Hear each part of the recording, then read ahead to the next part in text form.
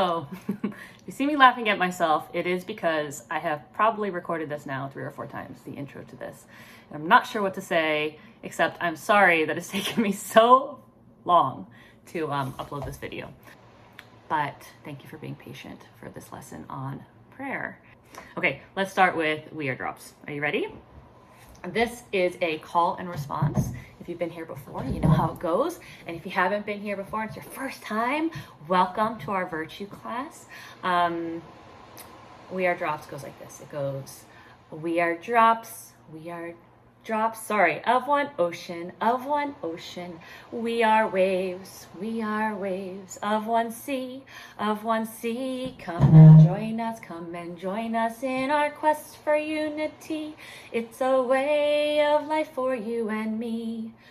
We are flowers of one garden, we are leaves, of one tree, come and join us in our quest for unity. It's a way of life for you and me. All the world is one country, man is one. Can't you see, come and join us in our quest for unity.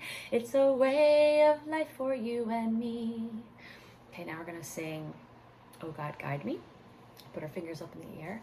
We say, Oh God, guide me, protect me, make of me a shining lamp and a brilliant star. Thou art the mighty and the powerful. And then we're going to sing So, So Powerful. Okay, I see your muscles. Muscles. Ouch. I just hit my funny bone. All right. So powerful is a light of unity. So powerful is a light of unity, that it can illuminate the whole earth, that it can illuminate the whole earth. Okay, now I'm going to try and play a song that is a song for the prayer, Oh Lord, I am a child, enable me to grow beneath the shadow of thy loving kindness. And so I'm going to post it on here if I can get it to work. So for the next couple of classes, we can sing it together, okay? So here it is. I've been looking all over for you.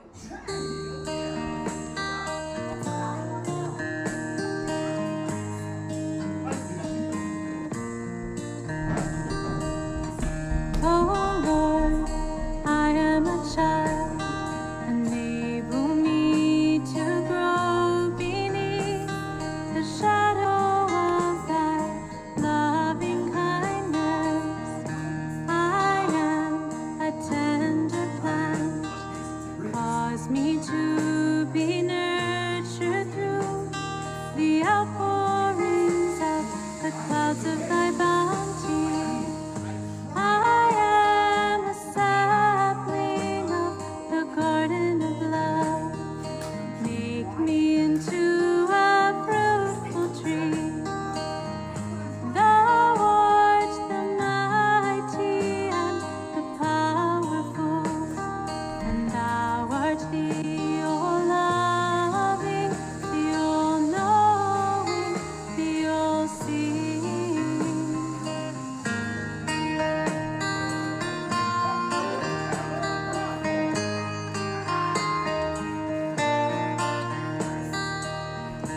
Oh Lord, I am a child, enable me to grow beneath the shadow of thy loving kindness. I am a tender plant, cause me to be nurtured through the outpourings of the clouds of thy bounty. I am a sapling of the garden of love. Make me into a fruitful tree. Thou art the mighty and the powerful, and thou art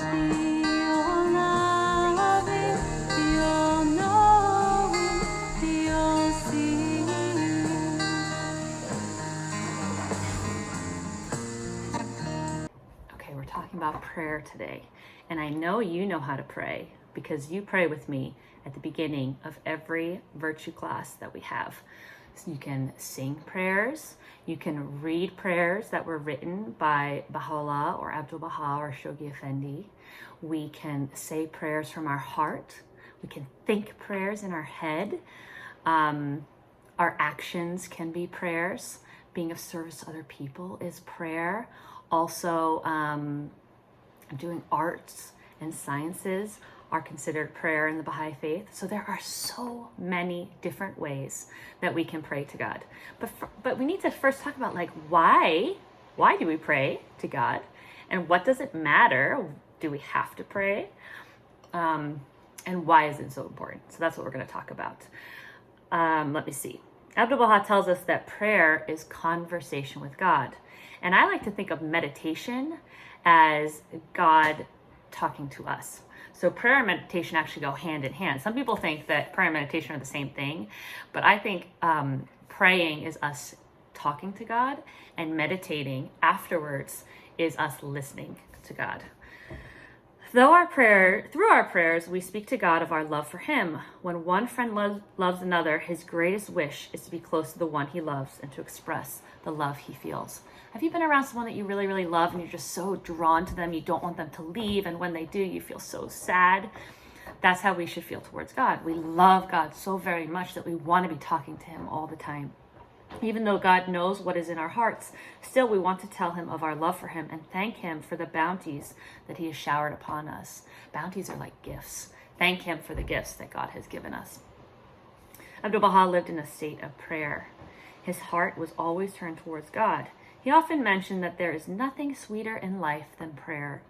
When we converse or talk with God each day, our love for him grows stronger and we feel closer to him. Our hearts are open and kindled with his love, and our souls become joyful. Now, one of the things about prayer that I have found over the last 30-something years is that prayers are kind of a mysterious thing, you know? Sometimes you say prayers and you don't really feel anything right away. And sometimes you say prayers and all of a sudden you're like overcome with this love and this immense feeling of happiness. And I like to think of like a dying plant or a plant that hasn't been watered for a long time and it looks really, really sad. I call those my diva plants. I have some peace lilies at home and we don't water them. They're like, they're so sad. And then when you water them, they slowly become full of happiness and joy, just like prayer. When we don't say prayers for a long time or do acts of service for other people or be engaged in the arts and sciences, we can feel run down, we can feel sad, we can feel not connected, we can feel scared. I get very, very anxious if I haven't been praying as much as I should. But as soon as you say prayers, eventually all of a sudden you feel uplifted and you feel watered and you feel so full of hope. It's the same with plants as it is with our human souls. Pretty amazing, huh? Pretty amazing that plant had not been watered and it was so sluggish and it looked so sad and it looked like it was on the brink of dying, but then it got watered and all of a sudden it just popped right back up.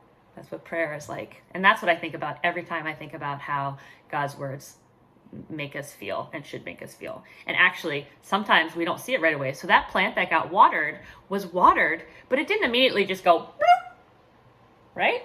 It took time. It had to be sped up so you could actually see what it was doing as it was getting bigger, stronger, happier. The same with prayer. We don't always see the direct effect right away, but we know that it has an effect on us because Baha'u'llah and Abdul Baha have told us the important effect that it has on us. God loves us more than we can possibly imagine. So it is that we constantly receive his bounties as we pray to him to guide us, to protect us, and to help us become worthy of his love. There are a lot of reasons that we pray, right? Sometimes we're scared and we ask for protection. Sometimes we're feeling anxious and we ask for directions. Sometimes we're joyful and we just want to thank God for all the bounties that he's given us. We might pray because we're sad. We might pray because we're happy. We might pray for the people that we love who have passed on to the Abha kingdom. We might pray What other reasons are there to pray? I'm sure you know so many. Tell your grown-ups. What makes you feel like you want to pray? We have our quote for today, which I have right here. Dun, dun, dun, dun, dun, dun. It says, "Intone, O my servant, the verses of God that hath been received by thee, as intoned by them who have drawn nigh unto him, that the sweetness of thy melody may kindle thine own soul and attract the hearts of all men." So we have this word intone at the very beginning. You see it? Intone. Intone means to sing or to say out loud. This says, "Intone, O my servants." So Baha'u'llah is speaking. We see Baha'u'llah's name at the bottom. "Sing or speak out, O my servants, the verses of God." And the verses of God, right, are the writings of Baha'u'llah and Muhammad and Christ and Buddha and Zoroaster and Abraham and Moses and the Bab.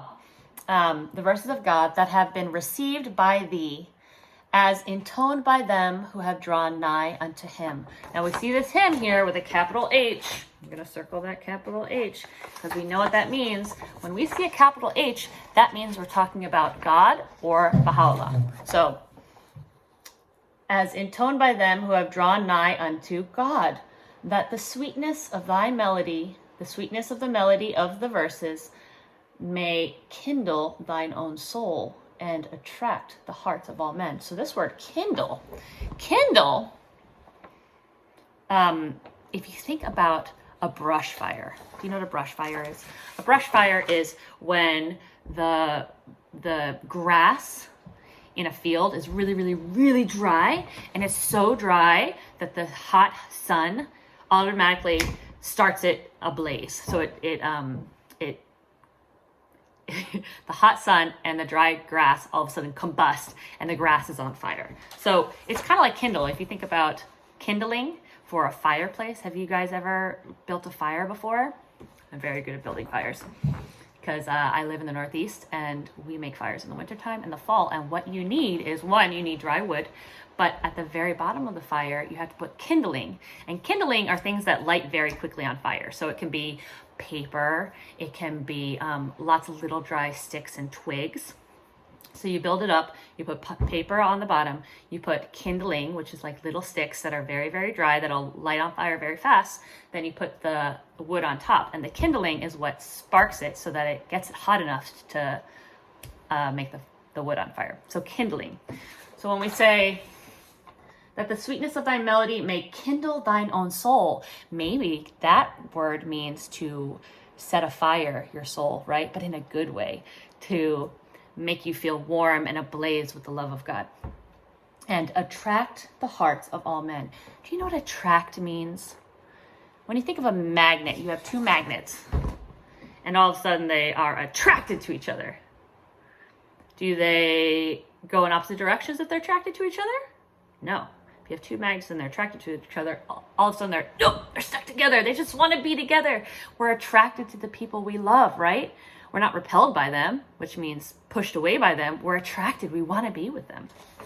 So, intone, O my servants, the verses of God that have been received by thee, as intoned by them who have drawn nigh unto him, that the sweetness of thy melody may kindle thine own soul, so to set your soul on fire with love, and attract the hearts of all men, so that other people are drawn to the words of God and drawn to you, because, right?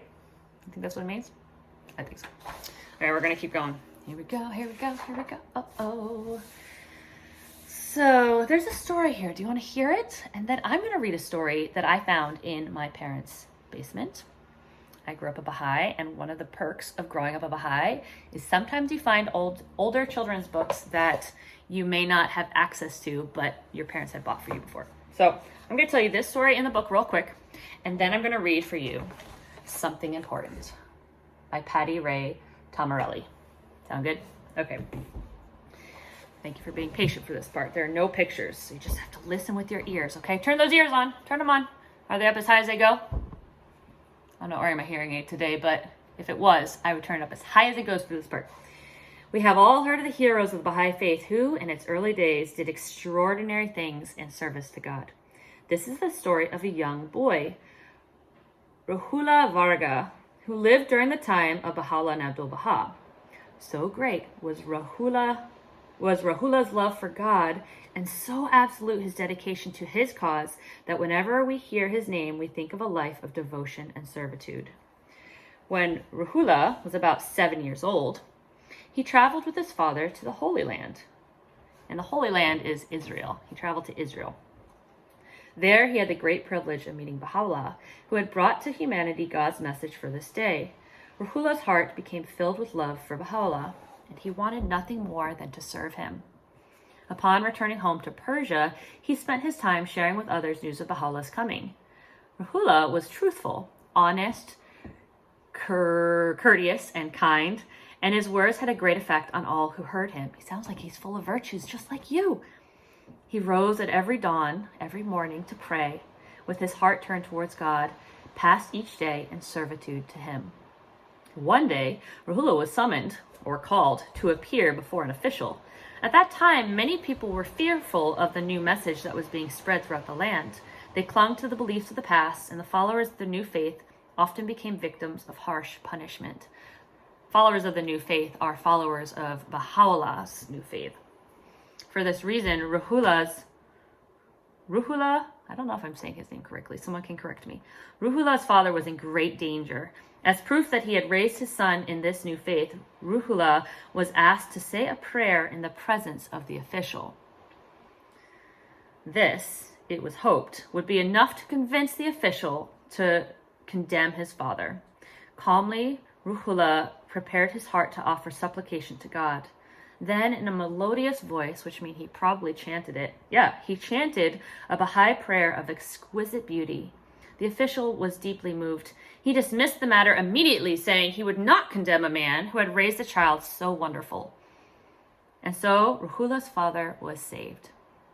Later, when Ruhullah was about 12 years old, he would once again set out with his father to visit the Holy Land, which we know as Israel, in Israel.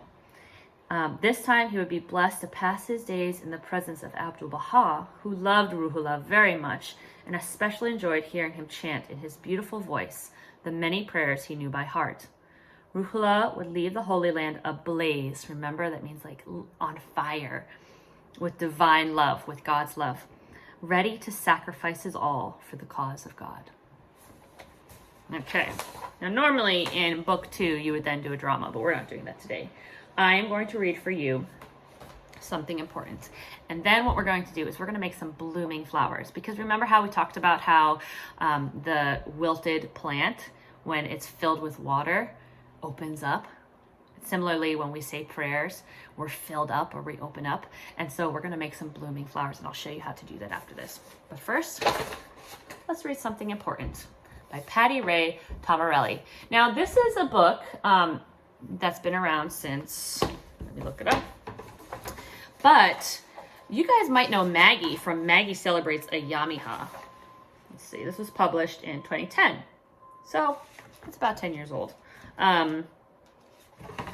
But Maggie is also in another book called Maggie Celebrates a Yamiha. And when a Yamiha comes around, we'll read that book together, okay? I always use that book to explain what a Yamiha is to my kids' classes. Here we go. Because you're on a lazy Susan, I can just turn you. Okay. It was Monday morning. The sun was shining, and Maggie was ready to start her day. "Allow Pa," said Maggie as she hopped down the stairs. "Allow Pa," said Freddie as soon as he heard his sister. "Allow Pa," said Mother as she poured the coffee. "Allow Pa," said Father as he buttered the toast. Do you guys know what allow Pa means?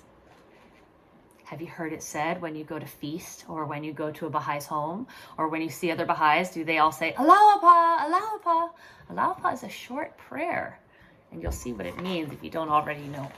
And that is how Maggie and her family said good morning.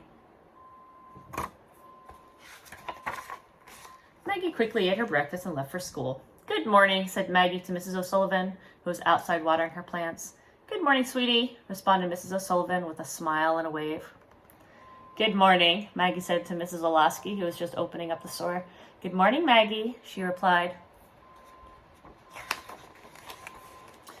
Meow, said Maggie to Morgan the cat, who was warming himself in the sun. Meow, Morgan purred back as he stretched, yawned, and stretched again. Tristan the dog was busy sniffing the ground, but he looked up and barked, woof, woof. Woof, woof, barked Maggie in response, and that is how Maggie walked to school. Upon entering her classroom, Maggie greeted Mrs. Edmonds, who was writing very important things on the board. Good morning, Mrs. Edmonds. Mrs. Edmonds kept on writing and said, Good morning, Maggie. Are you ready to learn? Mrs. Edmonds asked the same question every morning. A little bit more here. Okay. Maggie sat down next to her friends, Lou and Mateo. They said hi at the same time. That is how Maggie started her school day. A little bit of a glare. It's hard for me to see. I'm going to pull you closer. At the end of the day, Mrs. Edmonds said, Attention, class. Tomorrow I want you to bring in a memento, something that is very important to you. When you tell us about it, we will learn something new about you. Louis scrunched her nose, and her hand flew up. I don't get it. What's a memento? Mrs. Edmonds pointed to the purple pin. This is my memento. It is something that is very important to me. Is that why you wear it every day? Asked Mateo. Yes, Mateo. This pin reminds me of people I love.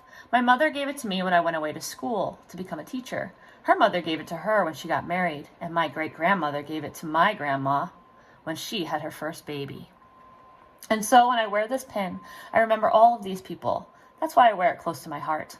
When the clock struck 2:30, Mrs. Edmonds said, See you tomorrow, class. Remember your mementos. Everyone said at the same time, Goodbye, Mrs. Edmonds, and the class was dismissed. They went home. Look at that class there. What mementos do you think everybody will bring in? Maggie was in a hurry to get home. Woof, said Tristan. Maggie answered, Woof. Meow, said Morgan. Maggie replied, Meow. She said hi to Mrs. Olasky, who was sweeping the sidewalk. She waved at Mrs. O'Sullivan, who was digging in the garden. When she finally reached home, she went straight to her room and began searching for something important. I need to find something that tells everyone something about me, thought Maggie. She looked at her toolbox. No, that wasn't what she was looking for. She looked at her wand and crown. No. She looked all around. It had to be as important as Mrs. Edmonds' pen. Maggie searched and searched and searched. Nothing.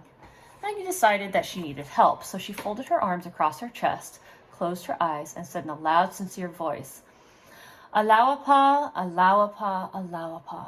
When she opened her eyes, she saw what she wanted right next to her on the nightstand.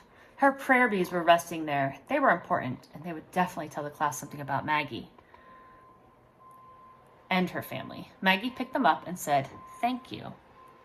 So, allowapa, allowapa, allowapa. Have you ever heard that word before? Or that phrase before?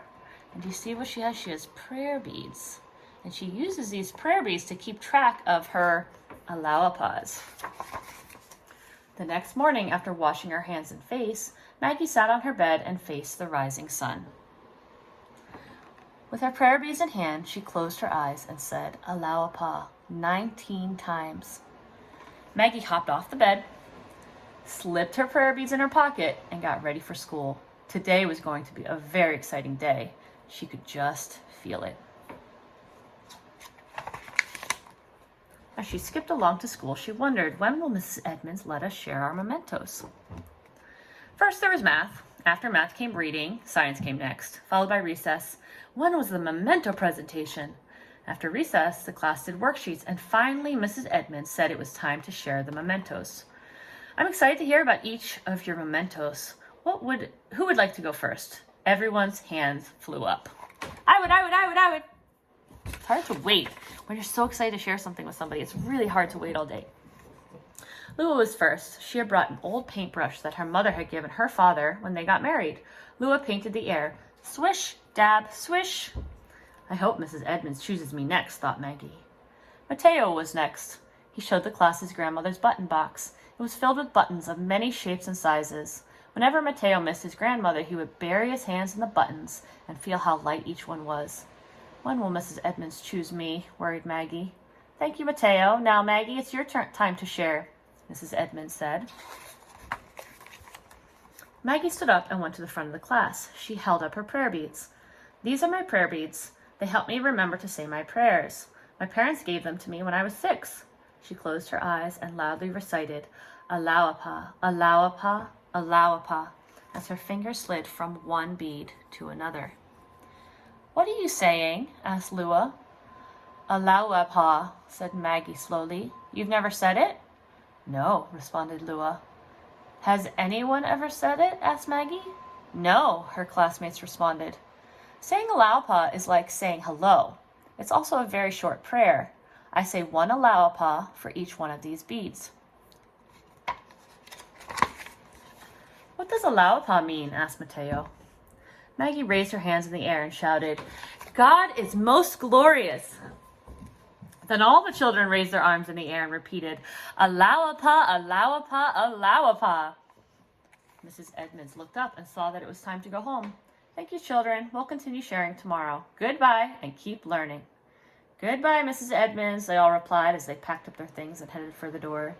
Maggie carefully placed her prayer beads back into her pocket and headed home.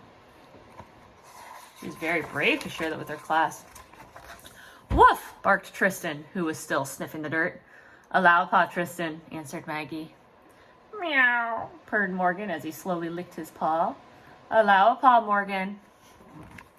Maggie poked her head into Mr. and Mrs. Olaski's store. They were putting boxes on a shelf.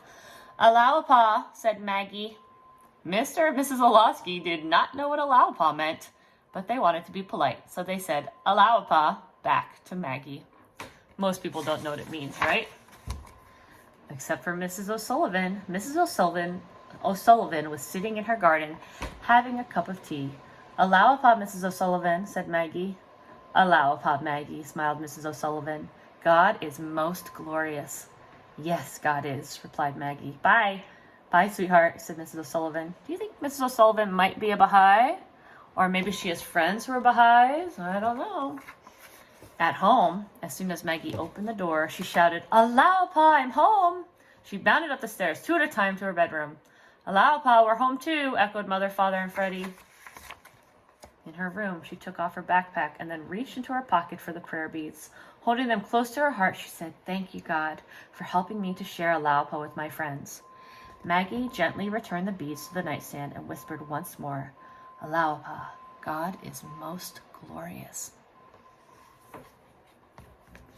It's a good one, huh? Okay. Now I'm going to show you how to make some blooming flowers.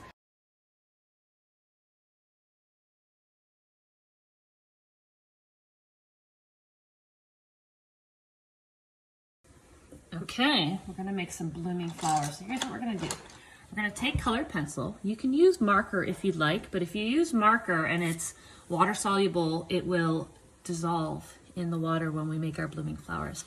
So we're going to draw a circle like this, and it can be bigger if you want. Just don't make it as big as the page, because if the flower is too big, it won't open up correctly. So you kind of want a slightly smaller flower. So I'm actually going to make this a little bit bigger because we're going to use our fingers for the petal, okay? You put down your finger and you trace it. You do that all the way around. My fingers are not as good as kid fingers, but that's okay.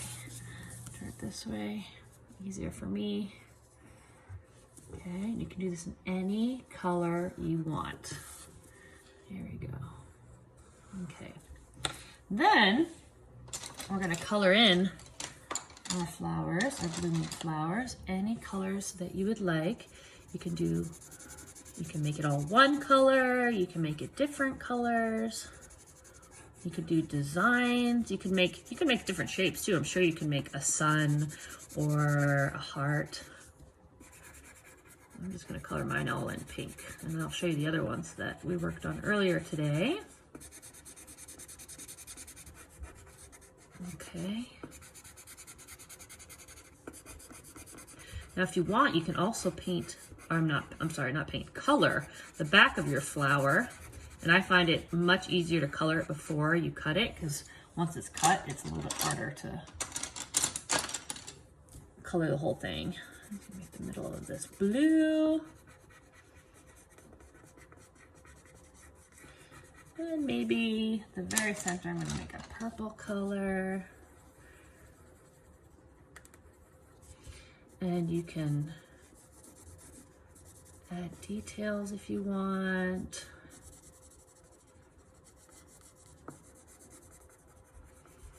And then the other thing we can do is we can write notes in our flowers.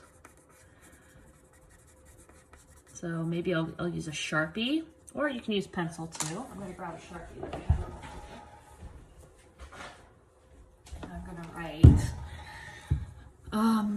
I'm gonna write Baha'i Virtues class, okay? Baha'i Virtues class. Okay. Now, as I said before, if you want to do the other side, I suggest coloring it ahead of time. So I'm just going to color it like this because I'm going to make it kind of look like a petal. And I know my flower's about this size, so I'm just gonna scribble over it because this is the back of the flower. This is what someone will see before it gets put in the water. Okay. All right.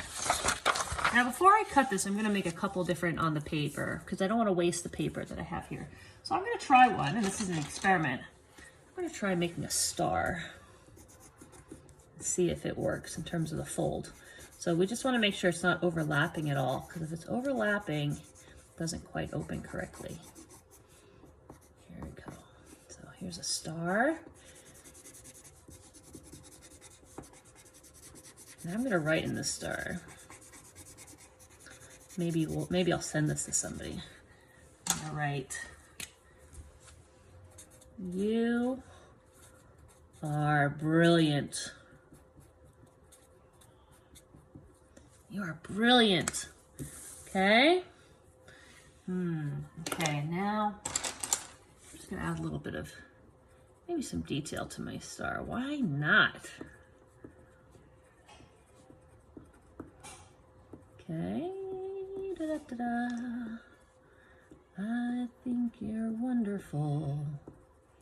Somebody says that to me. I feel wonderful, as wonderful can be. Okay, that's enough for now. So what I like to do when I'm cutting out my blooming flowers is I like to cut around them first, because cutting a big piece of paper can be a little bit challenging, especially for little hands. So I'm gonna cut all this excess, and you can reuse the excess paper and make other blooming flowers. But I'm going to, now the star is nice and easy to cut because it's straight lines, right? There we go.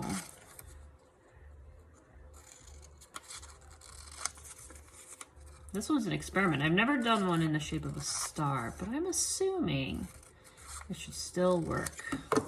I'm gonna fold this in. Now when you fold, make sure that you're not just folding random spikes or random petals. You have to actually go around one after the other so that when it opens, it doesn't get caught on itself, okay? I'm gonna fold it like this. There's that one. So this one, see, I didn't color the back of it, so it just is white, and that's absolutely fine. I might write on here for a friend, if I send this to a friend, place in water. Place in water. A little hard to read, but you get the point. Place in water. Okay, and then I'm going to cut up this one. And again, you can reuse the paper. You can make as many as you want. These are really easy to send to friends or loved ones. And you know me, I love something that can be sent in the mail to someone that we care about, especially during COVID times when we might not be able to see the people we love the most in person or travel to see the people we love the most. Here we go. So I'm cutting out this flower.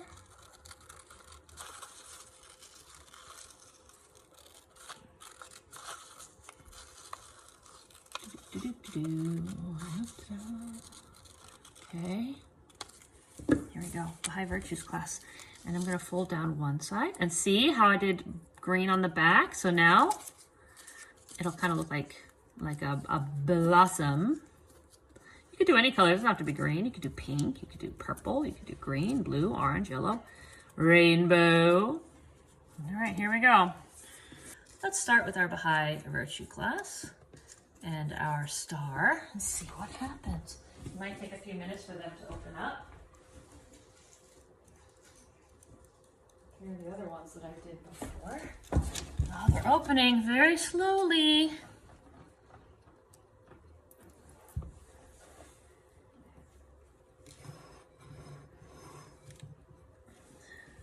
Now, the very first time you do this, they take a little while to open, but these are reusable. So once they've opened up, you can put them on a piece of paper towel, let it dry, and do it again. And it actually is faster the second time.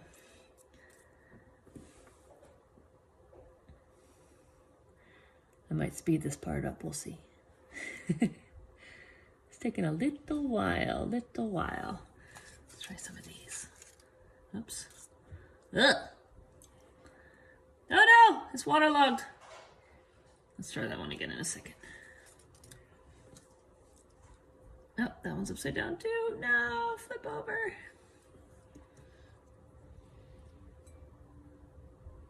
I can't get it to sit right. Okay. Wow, they're opening. Here, I'm gonna get this one wet. And I'm going to refold it, and we'll see if it opens quicker the second time. You can also use your gems if you have them at home and put a gem on the inside. This one got stuck. Okay, let's try this again.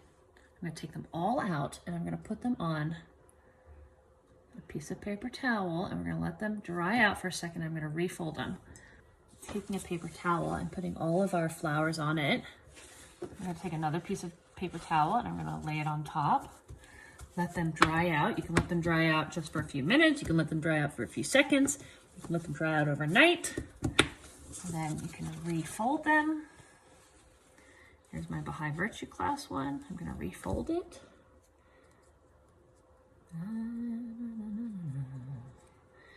And let's see if it works quicker, okay? So we have one there. We have the I Think You're Wonderful flower. I put a gem on this one, a little surprise.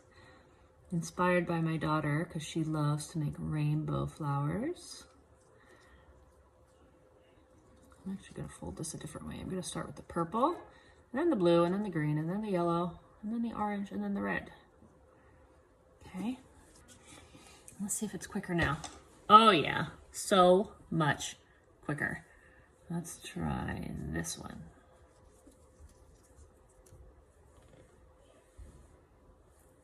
Bloomin', bloomin', bloomin'.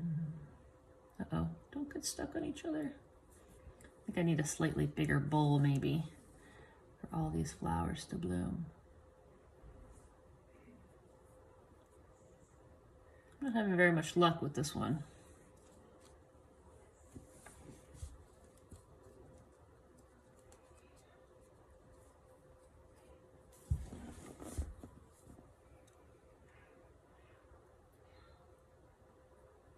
I think this one's petals are too long.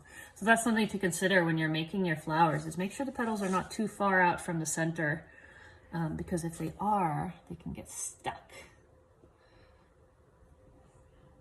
But there you have it, some blooming flowers. So go make your own. Let me know what you make. I'd love to see it. Let me know if you decide to send them to somebody that you love. And I will hopefully see you next week. Bye, everybody.